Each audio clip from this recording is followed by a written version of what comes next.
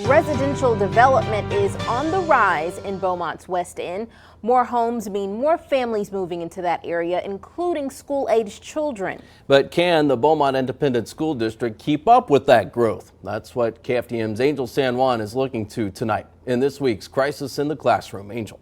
Hey guys, that growth is taking place in the West End, where schools are already filled to capacity. BISD officials and Beaumont city leaders agree that the solution will more than likely be to build more schools, but that might not be an easy sell.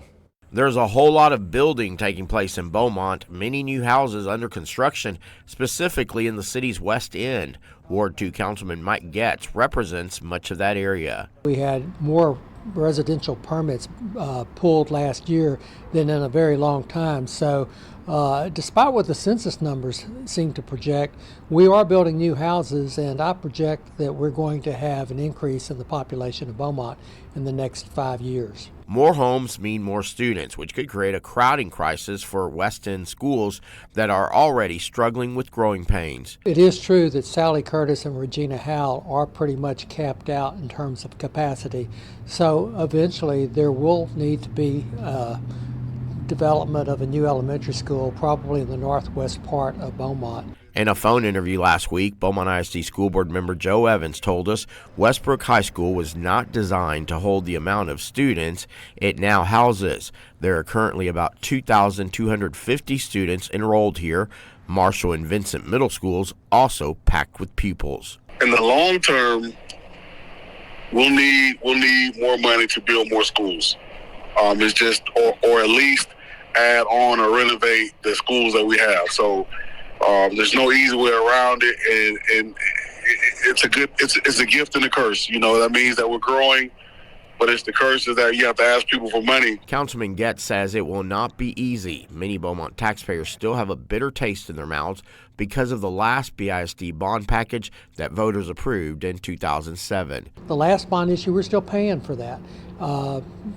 It's no secret after the forensic audit that millions of dollars was wasted. The stadium alone cost us $15 million more than was projected. It was supposed to come in at $29 million. It came in at $44 to $45 million. So, you know, yeah, there's a lot of raised eyebrows when the school district starts talking about needing to go out for a bond issue. They're going to have to make their case very carefully.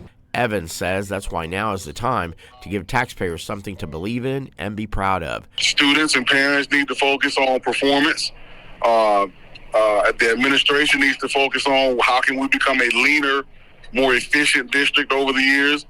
Because when the time comes for us to ask taxpayers for money, we want to be able to tell them, listen, we've done this with what we've had.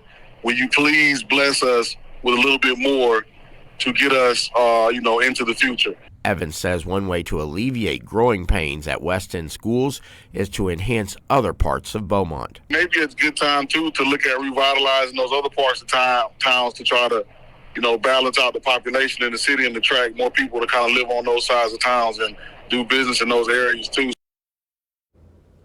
Both school board member Joe Evans and Councilman Mike Getz agree that Westbrook High School has a very large campus and plenty of space to build onto, which could be one of the options considered to make room for more students in upcoming years. Kimberly?